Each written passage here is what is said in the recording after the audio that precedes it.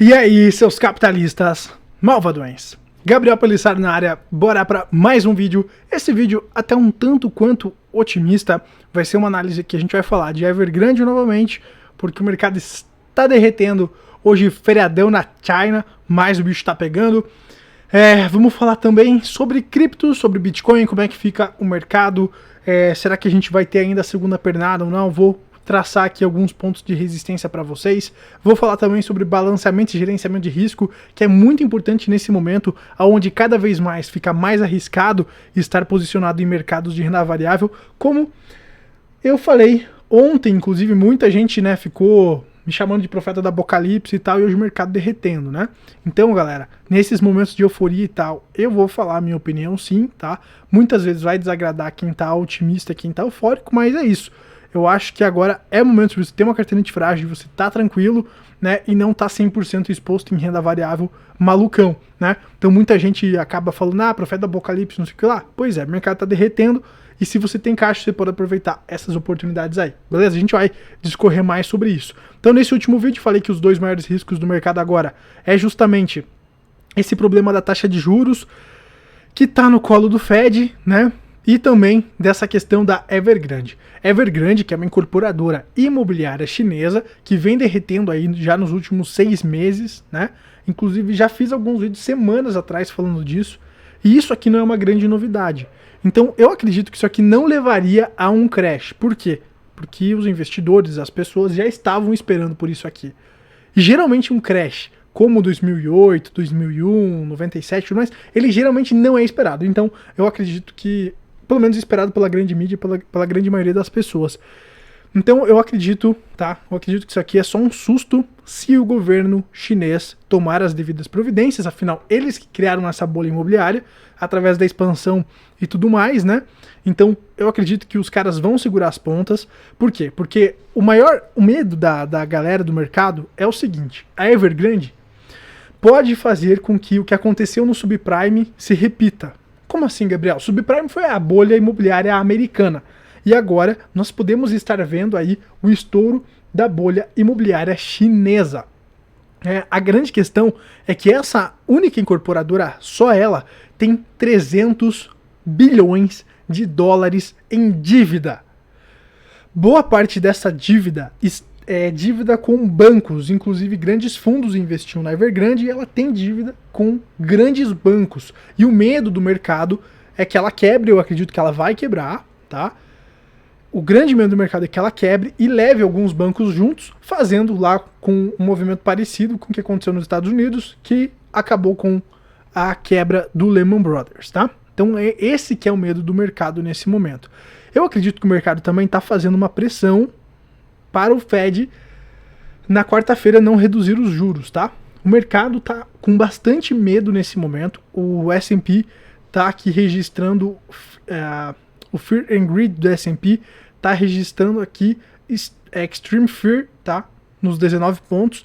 E geralmente quando ele vem aqui para extremo medo, ele vai para extrema ganância. Por isso que eu acredito que a gente não vai ver um colapso aqui em 2021. Se fosse para mim apostar, apostaria entre 2022 e 2023, tá? Tudo depende do que o governo chinês vai fazer com a Evergrande para não deixar estourar essa bomba para outros mercados, para não gerar um efeito dominó. E também tudo depende o que o Fed, o Banco Central Americano, vai falar sobre a projeção de aumento de juros nesta quarta-feira. Hoje é segunda-feira, então quarta-feira agora o Fed vai falar sobre essa questão do tapering, né? Se eles vão começar a cortar aquela compra de ativos mensal de 120 bilhões, o que eles vão fazer, se eles vão aumentar juros, o que vai pegar, tá? Eu acredito que com o mercado feio do jeito que tá, o S&P não vai cortar estímulos. Afinal, os caras já fizeram tanta lambança no passado para não estourar, que eles, na minha visão, não iriam deixar isso agora passar, tá? Então, infelizmente está na mão do Fed e da China. Por que eu disse que, na minha visão, isso é uma bolha que foi criada pelo governo chinês, e o Fed também vem criando, os governos vêm criando isso? Porque o livre mercado não está sendo respeitado. No último vídeo que eu mostrei aqui no canal, a gente mostrou lá os prédios sendo destruídos, né? Os prédios sendo demolidos, porque era mais viável economicamente aqui, né? Era mais viável economicamente demolir os edifícios que eu comentei no vídeo de ontem, tá? Era mais viável economicamente demolir os edifícios do que continuar a obra deles, né? Eles ficaram tanto tempo parados, sem demanda e tudo mais, por conta desse boom que teve, a China tem cidades fantasmas e tudo mais, por conta dos estímulos do governo, inclusive nesse setor, que é mais viável demolir do que continuar as obras. Então é uma bolha, tá? É uma bolha que foi criada pela expansão monetária, pelos estímulos artificiais do Estado, não foi por oferta e demanda do livre mercado. Por isso que eu acredito que agora, né, o governo que criou isso, é ele que resolva essa parada. Se a China não apaziguar o mercado, os bancos, as incorporadoras, porque não é só a Evergrande que está caindo lá, a Evergrande está puxando outras incorporadoras, o setor imobiliário praticamente da China inteiro, a Evergrande está puxando, né? Deixa eu abrir aqui meu Instagram. Ontem eu até postei lá nos stories que o mercado imobiliário chinês, como um todo aqui, ó, estava caindo 20%. Então, segundo os dados oficiais, o valor das vendas de imóveis na China caiu 20% em agosto em comparação com o mesmo período, né? Isso eu comentei lá no meu Instagram. Então, essa que é a grande sacada, né? Se o governo chinês não apaziguar, pode gerar um efeito dominó, algo como a gente viu na crise do subprime, tá? Então, é esperar para ver o que vai acontecer, o que os caras vão tomar de atitude. Eu acho que o mercado, sabendo dos riscos, eu acho que, cara, dificilmente vai dar um crash agora. Eu acho difícil, mas tudo é possível, né? Por isso que é importante você ter uma carteira antifrágil e estar com o seu gerenciamento de risco em dia, né? A gente já vai falar sobre isso. Aqui no Brasil, pessoal, tá? Muito dessa treta aqui do Fed aumentar juros é por conta da inflação. E aqui no Brasil, o mercado financeiro eleva a projeção da inflação para 8,35% aí neste ano. Claro que na minha visão isso aqui está muito maior, né? E com isso a previsão é que a taxa Selic suba para 8,25% ao ano até o fim de 2021. Ontem eu falei sobre eu ter saído fora dos mercados acionários, né? Inclusive ontem muita gente ficou putaça, né, comigo, chamando o profeta do apocalipse e tudo mais, muitos mal educadinhos aí xingando, né? Mas a real é que de quando eu saí pra cá, a bolsa só caiu, tá? Talvez ela volte a subir se o Fed falar que vai continuar os estímulos e tudo mais, sim. Só que como eu falei no vídeo de ontem, eu continuo exposto nos mercados de renda variável com criptos. O potencial que eu vejo de risco-retorno para as criptos é muito melhor do que para ações, é isso que eu quis dizer, tá? Mas se você quer continuar, o problema é seu, o risco é seu, você faz o que quiser com o seu dinheiro. E eu faço o que eu quiser com o meu dinheiro, beleza? Eu só digo que o risco-retorno, na minha visão, na minha opinião, é melhor nas criptos. É só isso. E com essa taxa de juros aqui subindo, eu vejo que as pessoas vão começar a sair dos mercados de renda variável, inclusive do de criptos, para ir lá para renda fixa ficar de boa. Poxa, 8,25% na renda fixa. Isso aqui Selic, né? Juro mais longo está muito maior. Então eu acredito que as pessoas vão começar a migrar e os mercados de renda variável vão começar a sofrer, tá? E aqui, se o Fed começar a subir juros, o Brasil vai se lascar ainda mais, porque as pessoas vão investir com o aumento de juros nos Estados Unidos e vão deixar os emergentes de lado, né? Então isso pode complicar o Brasil ainda mais, tá? Chances de S&P 500 tombar 20% é cada vez mais provável, diz Morgan Stanley, né? Então aqui eles projetaram dois cenários, muito por conta também dessa questão da Evergrande, né? Tá gerando um bafafá aí nos mercados. Eu acredito que para fazer pressão para o Fed não cortar os estímulos, não cortar a compra de ativos, não subir os juros, né? E aqui eles projetam dois cenários, um cenário mais tranquilo de uma queda de 10% do S&P 500, que é o principal índice acionário americano, e um segundo, então um cenário de 10% de queda e um cenário de 20% de queda, tá? Então um dos maiores bancos falando sobre isso, matéria aqui da Money Times Brasil. O TAV, cara, o TAV que inclusive repostou a gente ontem, cara, achei muito legal. Deixa eu abrir aqui os stories do TAV, ó. O TAV, quando você marca ele, te reposta, né? Então eu achei bem legal que o TAV, eu compartilhei um post dele, né? E ele repostou aqui, achei bem legal. E o TAV tá falando o seguinte nessa postagem: a bolha de crédito da China, né? Então a gente sabe que um dos grandes problemas hoje é a alavancagem, é o endividamento, esse crescimento artificial da economia. E a China, pessoal, tem 314% de dívida. com relação ao PIB. Ou seja, a China precisaria ficar 3 anos, mais de 3 anos, produzindo sem gastar um centavo de dinheiro público para pagar a dívida que eles têm. Ou seja, traduzindo, é uma dívida impagável, né? É uma dívida impagável. Então, né? Quem acha aí que eu sou profeta do apocalipse, beleza, respeito, né? Mas que o negócio tá feito, tá. Que o negócio tá feito, tá. E essa expansão vem de quando? Desde aqui de 2008, tá? Depois do subprime, com os quantitative easing e tudo mais. A China aproveitou o bonde, né? Os Estados Unidos expandiram a economia e a China também.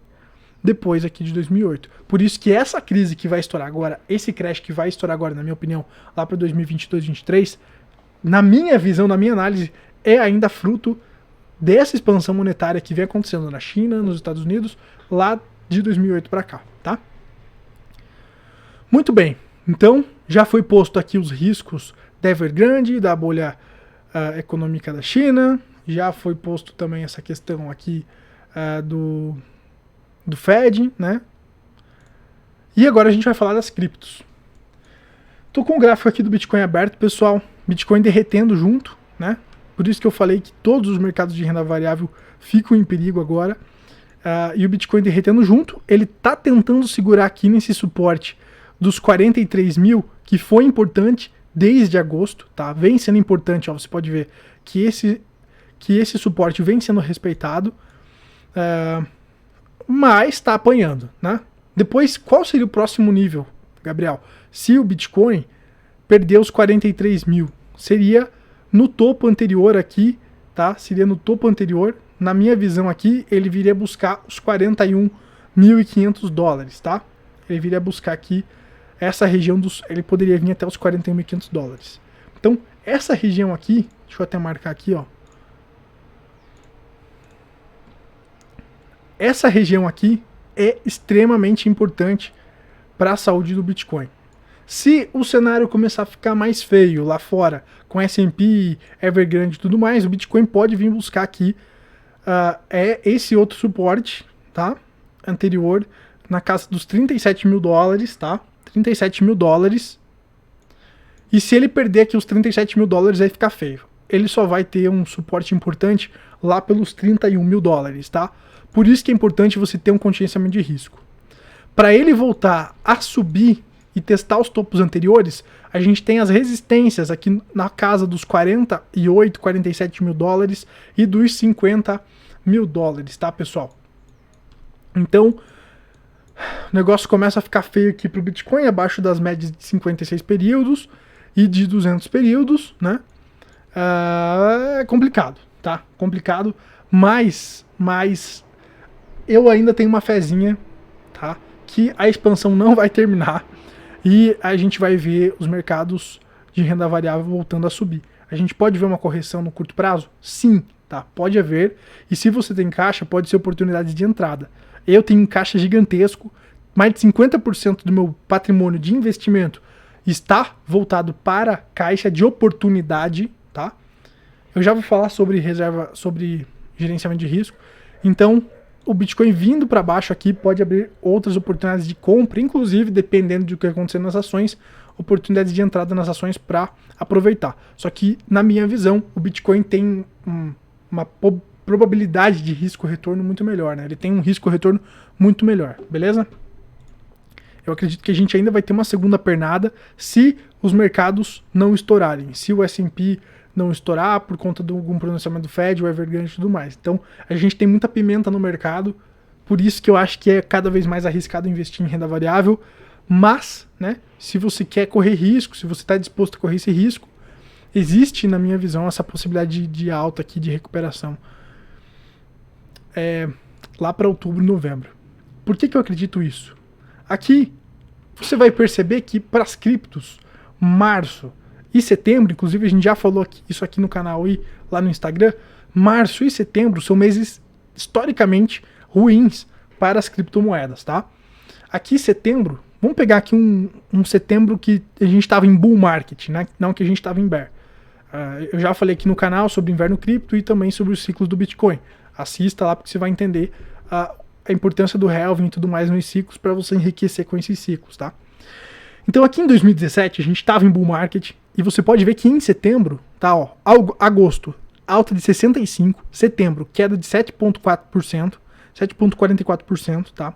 Assim como vários outros meses. Apenas 16, 15 e 16 a gente teve alta, nos outros sempre foi queda. Então, 2017 a gente estava em bull market, queda de 7,44, e em outubro, alta de 47,81, novembro, alta de 53,48 e dezembro, alta de 38,89%, tá? Então ele vinha numa puta alta, deu uma corrigida e voltou a explodir. Eu acredito que é isso que vai acontecer e é o que alguns vídeos atrás eu falei que o modelo Stock to Flow indica, tá? É o que eu acredito que vai acontecer. Mas a gente tem um cenário macro muito lascado. A gente está na mão da China e do Fed, beleza? Então, por isso que eu me mantenho ainda otimista. Geralmente setembro é um mês ruim, tá? É um mês ruim. A gente já teve uma correção aqui de 20%, tá? É complicado. A gente tem esses suportes aqui, mas perdendo aqui os 37 fica feio. A gente vai lá buscar os 31, por isso que na minha visão é importante ter caixa. Se você está pensando para o longo prazo no Bitcoin, beleza?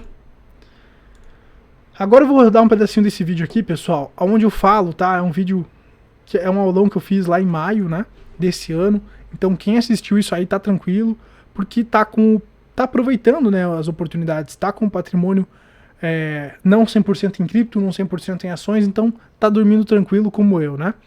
Então por isso que eu acredito que é importante você ter uma carteira antifrágil, um patrimônio balanceado, e é isso que a gente vai botar. Inclusive nesse vídeo, meu Deus, tava gordaço, né? Agora eu tô voltando a cuidar da saúde, ficar fitness, né? E é isso aí. Mas eu vou rodar um trechinho desse vídeo para vocês entenderem por que eu falo sobre essas análises, por que eu trago essas análises, e elas servem não para você vender tudo, ou comprar tudo, ou loucura, mas sim para você balancear o seu risco, para você gerenciar o seu risco. Se você está no início, ocorreu um crash, como lá 2020, ocorreu o crash, eu estava vendido em 2019, vendi minhas ações em 2019, em 2020 eu recomprei, e recomprei ações criptos também. Em 2020 caiu, eu comprei. Eu ganhei uma alta de 70% e depois eu vendi. A galera julga eu aqui por eu ter vendido depois que eu tive 70% de lucro na minha carteira com ações. Tem mortes, tem que realizar lucro, certo? Eu não via potencial de subir mais. E agora realmente está caindo, né? É o risco que eu assumi. Por quê? Porque eu vi que o cenário começou a ficar deteriorado. Então quando eu vejo que o cenário está começando a ficar deteriorado, eu começo a realizar lucro. Quando eu vejo que acabou de dar bomba e agora a gente tem um mar azul de explosão pela frente, eu vou entrar. Então é isso que eu faço e é assim que eu multiplico meu patrimônio. Agora vamos assistir um pedacinho aqui desse aulão, tá? O aulão tem 48 minutos, eu vou rodar só um trechinho pra vocês entenderem do que eu tô falando. Tá? Ou você simplesmente pode parar de fazer aportes e começar a aumentar o seu caixa. Então, no momento que você identifica que está próximo do fim do ciclo, você nunca vai saber quando começa e quando termina um ciclo. Isso são percepções, estudos que você vai fazendo, você vai sentindo e você vai analisando da economia de alguns indicadores, né? Então, no momento que você começa a sentir que o negócio vai estourar, você realiza parte do lucro ou total ali da sua renda variável e você vai fazer caixa em ativos líquidos. Você pode comprar tesouro, você pode comprar um pouco de CDB, você pode fazer uma diversificação em ativos líquidos para você aproveitar a próxima queda. Lembra que o mercado é cíclico? Lembra que um ativo sobe, desce de tempos em tempos, mas ninguém parece perceber isso? Então, é isso que eu estou te falando da carteira antifrágil. Tem mais alguns detalhes, tá? Isso aqui, parte da carteira antifrágil, como eu falei, é aproveitar esse ciclo econômico, tá?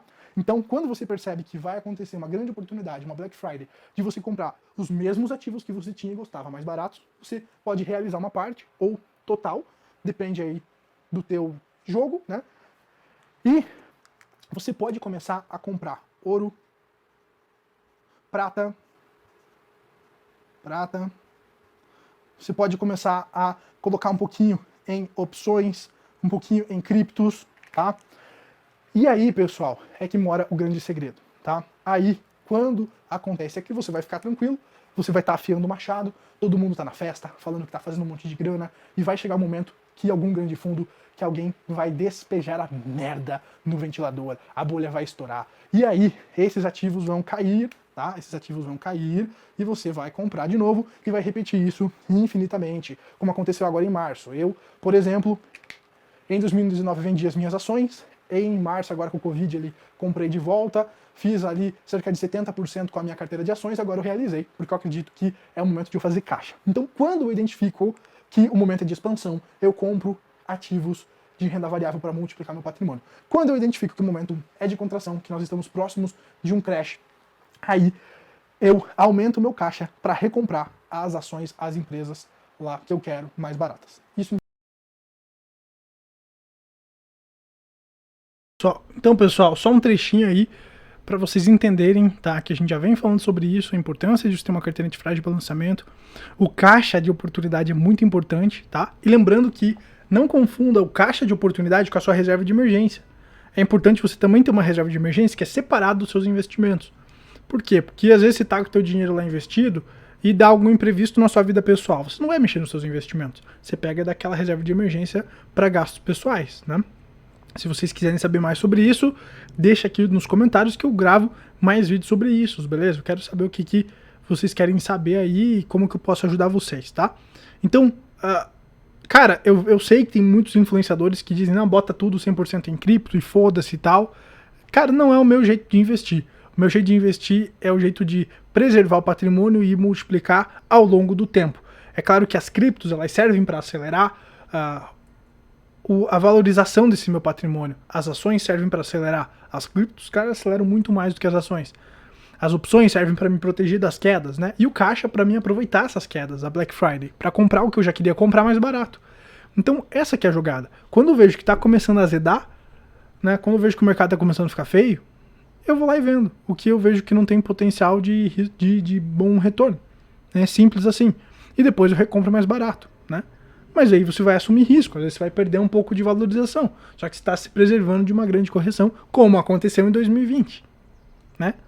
Então a galera fala, você falava em 2019 que ia ter crise. É claro que eu não ia saber do vírus, que aconteceu o vírus, mas aconteceu, eu estava preparado, e eu aproveitei para comprar mais barato, e multipliquei meu patrimônio, vendi, e agora estou com o dinheiro paradinho, esperando para recomprar. E os aportes que eu faço todos os meses, eu vou colocando em caixa também, para quando ver uma correção eu comprar. Essa que é a jogada. Tem pessoas que não gostam assim, tem pessoas que têm perfil de investimento mais agressivo, tem pessoas que são mais conservadoras, cada um com o seu perfil. Descubra qual é o seu perfil de investimento para você não passar sufoco depois, tá? Mas essa que é a grande jogada. Então a gente tem bastante risco no mercado, é bacana você ficar de olho, tá? E ter o seu gerenciamento de risco. Estar convexo. Convexo para não perder as altas e não perder as baixas. Não é porque eu vejo que o cenário está ruim que eu não estou exposto em renda variável. Se você ouviu isso, entendeu isso, o problema é seu. Eu falei que o cenário está ruim, então eu começo a diminuir o meu risco em renda variável. Mas não é que eu zero.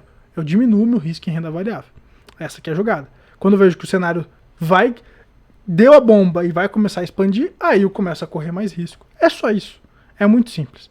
Eu quero voltar com o clube para aprofundar isso, tá? Mas por hoje, pessoal, a gente fica por aqui. Ficar de olho no que o Fed vai falar na quarta-feira e ficar de olho também no que o governo chinês vai fazer aí nos próximos dias. Hoje é feriado na China, né? Então a gente tem que ficar de olho também no que eles vão falar, o que eles vão fazer. Beleza, meus queridos? Então por hoje é isso. Um forte abraço aos capitalistas malvadões. Até a próxima. Tchau, tchau!